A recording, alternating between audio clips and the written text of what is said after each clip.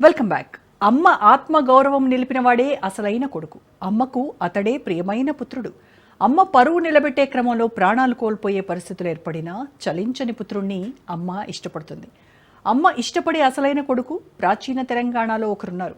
బాసర సరస్వతి అమ్మవారికి ఇప్పుడు దేశవ్యాప్తంగా పేరు ప్రతిష్టలు రావడానికి కారణం ఆ ప్రియమైన పుత్రుడే. అమ్మతో పాటు ఆయనకు సరైన గుర్తింపు రావాలనే డిమాండ్ ఇప్పుడు సామాన్య ప్రజల నుంచి, హిందూ భక్తుల నుంచి తీవ్రమవుతోంది. మరి ఆ పుత్రుడెవరు? అమ్మవారి పూజలు నిరాటంకంగా జరగడానికి ఆయన ఏం చేశాడు? నాటి ముస్లిం పాలకుల అరాచకాలను ఏ ఉపాయాలతో జయించాడు? ఆ వివరాలేంటో ఇప్పుడు చూద్దాం.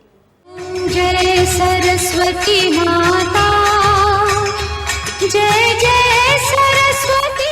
అమ్మవారి వాకిట ప్రియాతి ప్రియమైన కొడుకు జయ సరస్వతి మాతా, బాసర సరస్వతిని కంటికి రెప్పలా కాపాడిన మక్కాజీ. జయ సరస్వతి మాతా, మక్కాజీ పటేల్కు ఉత్సవాలు చెయ్యాలనే డిమాండ్. జయ సరస్వతి మాతా, ఆదిలాబాద్ జిల్లాలోని బాసర పేరు చెప్పగానే చదువుల తల్లి సరస్వతీ అమ్మవారే గుర్తుకొస్తుంది. వసంత పంచమి, వ్యాస పూర్ణిమ, దేవీ నవరాత్రుల వంటి ఉత్సవాలను బాసరలో అంగరంగ వైభవంగా నిర్వహిస్తారు.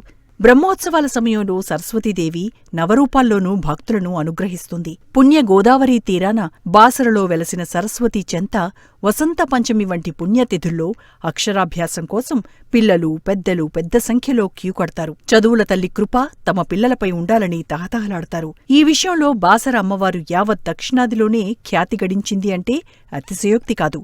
అయితే ఈ వివరాలన్నీ ఎప్పుడూ చెప్పుకునేవే.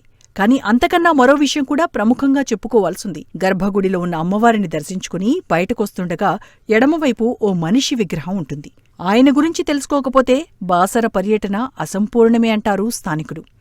జయ సరస్వతి మాతా, అమ్మవారి పాదాల చెంత అమ్మవారి బాగోగులు చూసుకునేందుకు సర్వవేళలా నియమించబడ్డ ఓ సైనికుడిలా కనిపించే ఆ విగ్రహం పేరే మక్కాజీ పటేల్. మహావిష్ణువు ప్రధాన ద్వారం ముందు జయ విజయులు అనే ద్వారపాలకులు ఉంటారని పురాణాలు చెబుతున్నాయి. ఆ జయ విజయులను దాటిన తర్వాతే మహావిష్ణువు దర్శనం జరుగుతుంది. అవి పురాణాల్లోని అంశాలు. అయితే ఆనాటి జయ విజయులను తలపిస్తున్నట్టే బాసరలో ఈ మక్కాజీ పటేల్ కాపలా కాస్తూ ఉంటాడు. ఇది కలియుగంలోని వాస్తవం. ఊరికే చెప్పుకోవడమే కాదు, అమ్మవారి సంరక్షణ కోసం ఈ మక్కాజీ పటేల్ తన ప్రాణాలు సైతం తృణప్రాయంగా భావించి ఎంతోమంది స్థానిక యువకులను జమకట్టి సరస్వతీదేవిని ప్రాణప్రదంగా కాపాడుకున్నాడు. అందుకే ఇవాళ అమ్మవారి విగ్రహం నిత్య పూజలందుకుంటోంది. ఒకవేళ గతంలో ఈ మక్కాజీ పటేల్ గనక మిగతావారిలాగా నాకెందుకులే అనుకుంటే అమ్మవారి ఆలయ ప్రాంతంలో ఏ మసీదో, ఏ దర్గానో వెలిసి ఉండేదంటారు స్థానికులు. బాసర గ్రామంలో మక్కాజీ పటేల్ అనే వారు ఆ సమయంలో ముస్లింలు దండయాత్ర చేసి అమ్మవారికి ధ్వంసం చేయడానికి వస్తుంటే వారే ఎదురుగా వెళ్ళి అందరినీ కూడగట్టుకొని మన సంప్రదాయమైన ఒడిసెలు, గుడ్డలు, కొడలు తీసుకెళ్ళి, పొడికారం తీసుకెళ్ళి మొత్తం మహిళలు, పిల్లలు అందరినీ కలుపుకొని వారికి ఎదిరించి ఆ ముస్లింలు తరిమి కొడితే ఈరోజు అమ్మవారిని కాపాడారు. ఆ రోజు ఈరోజు మన అమ్మని చూడగలుగుతున్నాం.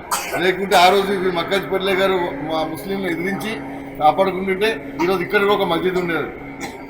విన్నారు కదా మక్కాజీ పటేల్ చేసిన ఘనకార్యం ఎలాంటిదో. ఈ ఆలయాన్ని వ్యాస మహర్షి నిర్మించాడని ఎంతో ఘనమైన చరిత్ర ఉంది.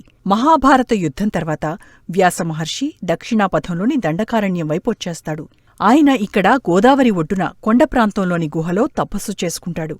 ఆయన ఇక్కడ సరస్వతీదేవి కోసం తపస్సు చేశాడని స్థల పురాణం చెబుతోంది. పరమశాంతి ప్రదాయిని, అదృశ్య రూపిణి అంటూ సరస్వతిని రోజుల తరబడి ప్రార్థించాడంటారు. అప్పుడు వ్యాసుడికి సరస్వతి అమ్మవారు కనిపించి ఆలయం కట్టించమని ఆదేశించిందట. ఆ విధంగా వ్యాసుల వారి చేతుల మీదుగా అమ్మవారు ప్రాణం పోసుకుంది కాబట్టే ఇది బాసర సరస్వతీ క్షేత్రంగా పూజలందుకుంటోంది. జయ సరస్వతి మాతా.